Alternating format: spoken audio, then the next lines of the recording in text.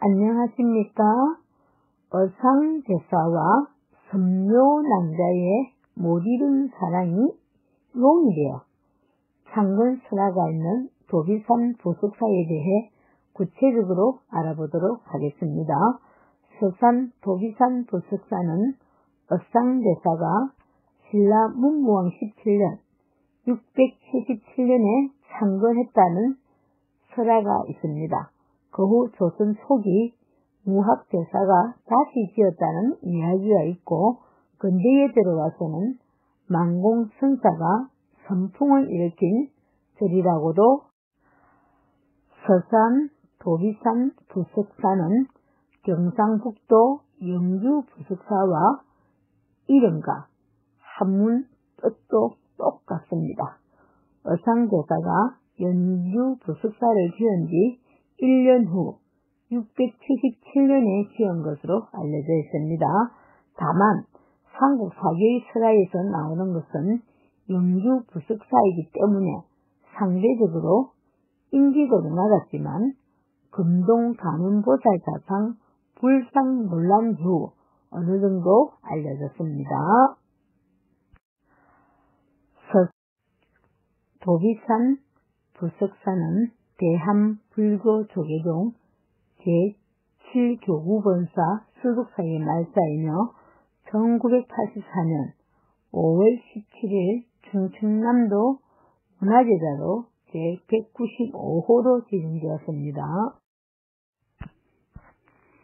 도비산 부석사에는 극락전, 간음전, 안양루, 산신각 등이 있고, 극락전 안에 있는 목도 아미타 유래사상은 숙종 15년 1689년에 왕자였던 경종의 탄생을 기념하여 만들었다고 합니다. 산신각에는 산신과 함께 섬묘남자와 용왕을 모셨으며, 산신각에서 조금 더 산이 올라가며 만공이 수행하던 토굴이 있습니다. 도비산 부석사는 영주의 부석사와 같이 비슷한 전설이 내려오는데, 도비산 부석사도 섬묘남자와 어상의 전설이 있습니다. 어상이 당나라 유학을 할 때 섬묘가 있던 집에 기거를 하게 되는데, 섬묘가 어상의 마음을 얻기 위해 애썼지만 어상은 무심하게 고국으로 돌아갑니다.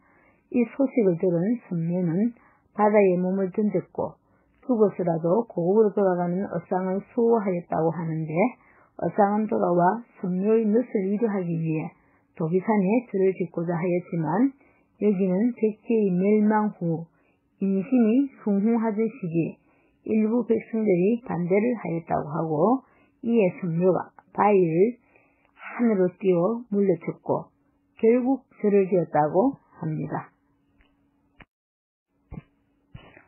섬묘가 띄웠다는 바위는 지금은 부석사에서 10km 떨어진 지금의 바다의 섬, 지금의 검은여가 되어 있고, 이에 절 이름을 떠있는 바위라 하여 부석사라고 지었다. 검은여는 충청남도 서산시 부성면 부석사에서 정면으로 바라보이는 바다에 있는 바위입니다. 선수만 단척지 공사를 하기 전까지는 밀물 때 바닷물에 잠겨 윗부분만 드러났는데, 그 색깔이 검은색이어서 검은여라 불렀고, 바다 위에 뜬 바위라는 뜻에서 부석이라고도 불렀습니다. 부석면이라는 지명은 여기서 유래한 것입니다. 옛부터 이곳 사람들은 검은여가 부석사와 지령이 통하는 곳이라 여겨 신성시하고 풍제를 지냈기도 하였습니다. 검은여는 신라시대에 부석사를 창건한 어상대사와 그를 연무한 섬묘남자의 애틋한 설화가 깃든 곳이기도 합니다. 또 다른 전설은 고려말 충신인 유검헌이 만국의 한을 품고 이곳에 별 땅을 지어 독서 삼례로 소유를 하였는데 그가 죽자 성녀 벽감이 별 땅을 사찰로 변조하였고 사찰의 이름도 새 바다 가운데에 있는 바위섬이 마치 뜬 것 같아 보이므로 부석사라고 하였다고 합니다. 서산의 도비산 부석사의 이름이 알려진 것은 일본에 빼앗겼던 금동보살 자상을 다시 찾아왔다는 것이 전해져 많은 사람들이 알게 된 사찰이 되었습니다. 좀 더 상세한 서시마 불상 도난 사건 문수에 대해서 알아보도록 하겠습니다. 2012년 한국인 절도잔이 서시마섬 간문기에서 금동 가는보살자상 가이진 신사정에서 동조 열애상을 훔쳐 한국에 밀반입하였습니다. 이 중 금동 가는보살자상은 원 소장처가 부석사라는 기록이 발견되어 논란이 되었습니다. 약탈이라는 중앙정글은 일본어로 이전됐다는 기록이 불상 내부에 없는 점, 불에 거슬리는 흔적 등이 게시되었습니다. 한편 동조 열애 입상은 약탈이라는 증거가 불충분하고 국내에 소유권 주장하는 곳이 없어 일본 가이진 신사에 다시 인도되었습니다. 금동 가는보살 자상의 원소유주가 부석사이며 약탈 때문에 일본이 지적한 만큼 부석사로 반환해야 한다는 운동이 일었고 2017년 1월 대전지방법원에서 불상을 부석사에 인도하라고 판결했습니다. 이에 일본 정부와 간농지는 반발했고 검찰은 행소하여 2심 재판이 진행됐습니다. 2023년 2월 1일 대전고등법원은 1심과 정반대로 불상을 일본에 반환해야 한다고 주장했고 부석사 측은 이에 반발해 대법원에 상고했습니다.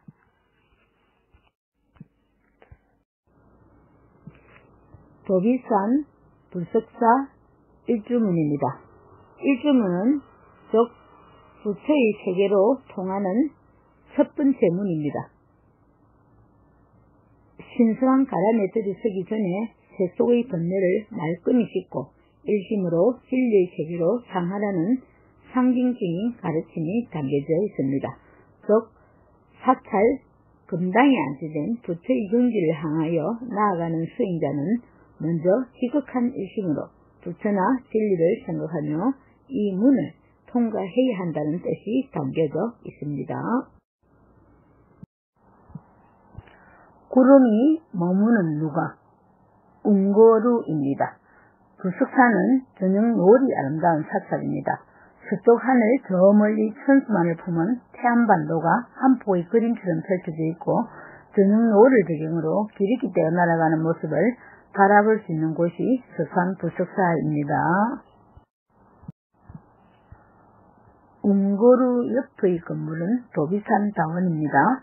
사찰에서 차와 자가를 판매하는 다원입니다. 이 도비산 다원에는 쌍화차가 유명하답니다.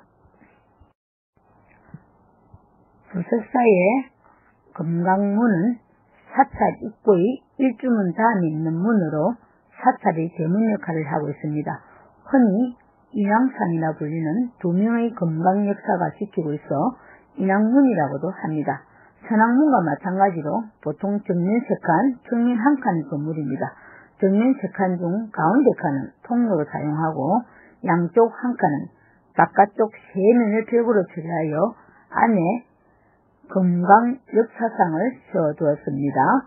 나라연 금강은 힘의 세기가 코끼리의 100만 배나 된다고 하고 야차신의 우두머리인 밀적 금강은 손에 금강저를 쥐고 있습니다.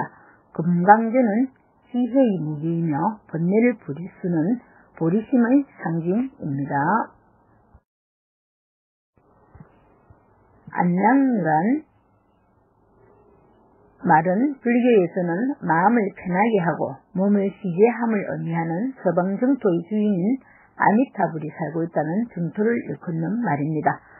부석사 안락유의 건물 내부는 우물마루, 벽은 석회, 백토, 가는 모래 따위를 섞어 반죽하여 바른 해사벽이며 천장은 연등 천장으로 석가래 등이 훤히 드러나 있습니다. 보통 누각은 2층으로 광장으로 쓰이며 1층은 사람이 드나드는데 불석사 안양루는 1층이며 안에는 불상이 보관되어 있고 후면이 막혀 있어 사람이 드나드는 누각의 역할을 하지 못하고 있습니다. 불석사의 안양루 내부에는 약사열애불, 아미타불, 와불, 불상을 모시고 있습니다. 2011년 현재 불석사 안양루의 소유자 및 관리자는 불석사입니다. 내부에는 후불 탱화가 그려져 있고 불자상과 열반상이 보관되어 있어 다른 용도로 쓰이고 있는 것 같습니다. 극락전은 불교에서 서방 극락 정토의 수제자인 아미타불을 모시는 사찰 당부랍니다. 극락보전, 무량수전, 무량전, 보광명전, 아미타전이라고도 합니다. 예로부터 극락 정토 신앙이 강하여 내부 구조는 대웅전만큼이나 화려합니다. 본尊은 서방 극락 세계에 살면서 중생에게 자비를 베푸는 아미타불로 무량수불 또는 무량강불이라고도 합니다. 아미타불의 강명은 끝이 없어 백천억 불국토를 비추고 수명 또한 한량없이 백천억 겁으로도 헤아릴 수 없다. 그래서 이 부처를 모신 정각을 무량수전이라고 하고 보광명전이라고도 합니다. 아미타전은 이 부처의 이름을 그대로 따른 것입니다. 아미타불의 좌우 협시로는 중생을 극락으로 인도하는 간세음보살과 대세기보살 또는 간세음보살과 지장보살을 줍니다. 여기서 간세음보살은 아미타불의 자비를 상징하는 지혜로서 중생을 분내의 고통에서 벗어나게 하고, 지혜를 상징하는 대세기보살은 지혜의 강령으로 모든 중생을 널리 비추어 삼도의 고를 없애고 끝없는 힘을 얻게 한답니다. 지장보살은 중생을 구제하여 극락으로 인도하는데 한국에서는 고려 및 조선시대에 극락 왕신 신앙이 성행하면서 아미타불의 협시도 등장하였다고 합니다. 서산 불석사의 극락전의 본존부는 아미타불로 간음보살과 지장보살을 협시로 두었습니다. 목농장은 사람 중에서도 가장 뛰어나고 비범한 사람을 길러내는 지혜의 검을 찾는 곳이라는 신금당입니다. 현판은 경어선입니다. 아담한 사찰 조비산 불석사는 조선시대에는 무학선이니 근대에서는 선불교를 병시킨 경허, 만공 대선사가 이곳에 머물면서 수행 정진했던 곳이기도 합니다.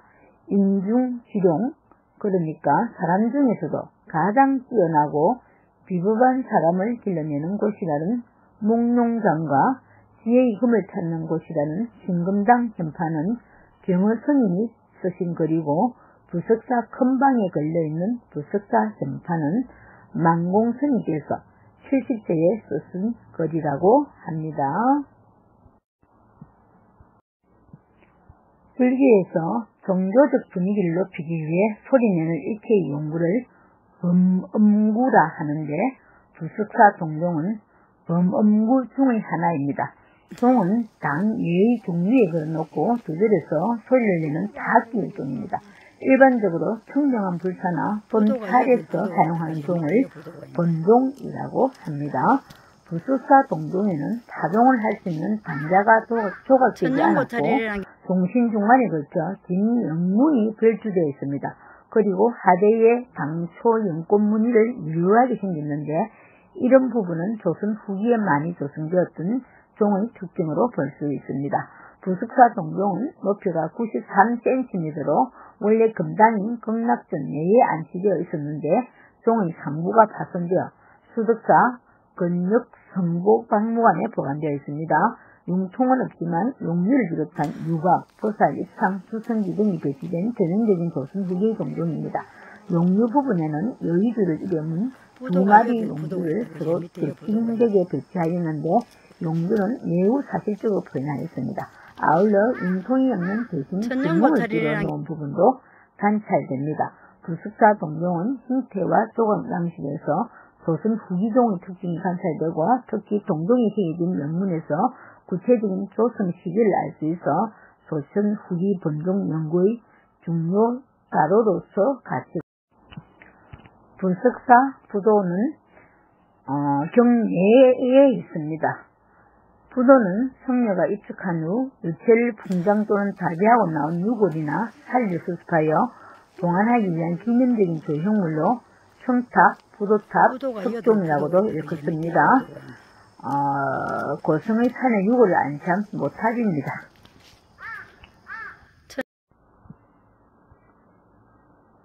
불교가 대중화되기 시작한 것은 삼국시대부터이므로 산신도 비교적 일찍 불교에 수용되었을 것으로 여겨지나 산신각이 세워진 것은 조선 중기 이후부터입니다. 대개 정각의 뒤쪽에 세우며 크기는 정면 한 칸, 측면 한 칸이 보통입니다. 산신각 내에는 산신을 그린 탱화를 모시는데 대개 흰 수염, 대머리, 긴 눈썹이 휘날리는 모습으로 보인답니다. 손에는 하얀 깃털 부채나 타초선, 불로소 등을 들고 있고 주로 복례산, 영주산, 당장산 등의 상신산을 배경으로 하고 있습니다. 그러나 불석사 산신각은 산신, 영왕, 승묘 낭자를 봉안하고 있습니다.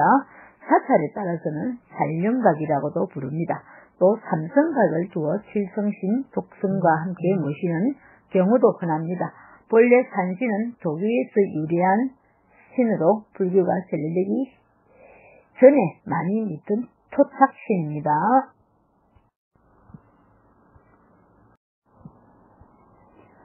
산은 한국인에게 생활신앙의 모태였습니다. 하늘과 가까이 맞닿은 곳으로서 신이 내려오는 성육으로서 숭앙의 대상이었습니다. 그런 곳의 안벽에 조각했기에 마예불은 한국인의 원초적인 신앙의식과 무관하지 않습니다. 부처가 새겨진 바위들은 하나같이 평범한 바위가 아니며 거북 형태나 남녀 성석과 함께 자리에 있어서 산악의 정령이 깃들어 있다고 믿는 특별한 바위에 이름을 쓰거나 지성을 들이던 물속신앙과 조화롭게 공존하고 있음을 알 수 있습니다. 마예불과 관련된 신화와 전설 또한 무불신앙이 섞여 있음을 보여주고 있습니다.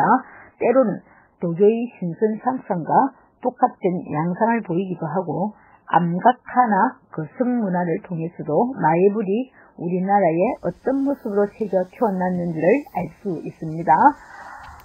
서산 불석사의 마예불은 2014년 8월에 서만식을 했습니다. 아미타 이래로 높이는 4.5m, 폭 1.5m 규모입니다. 마예불이란 말 그대로 바위에 새긴 불상을 가리킵니다. 우리나라에는 약 200여 개가 넘는 마예불이 있고 대부분 국보나 보물로 지정된 적이 있을 정도로 그 아름다움이나 의미가 남다르다고 할 수 있겠습니다.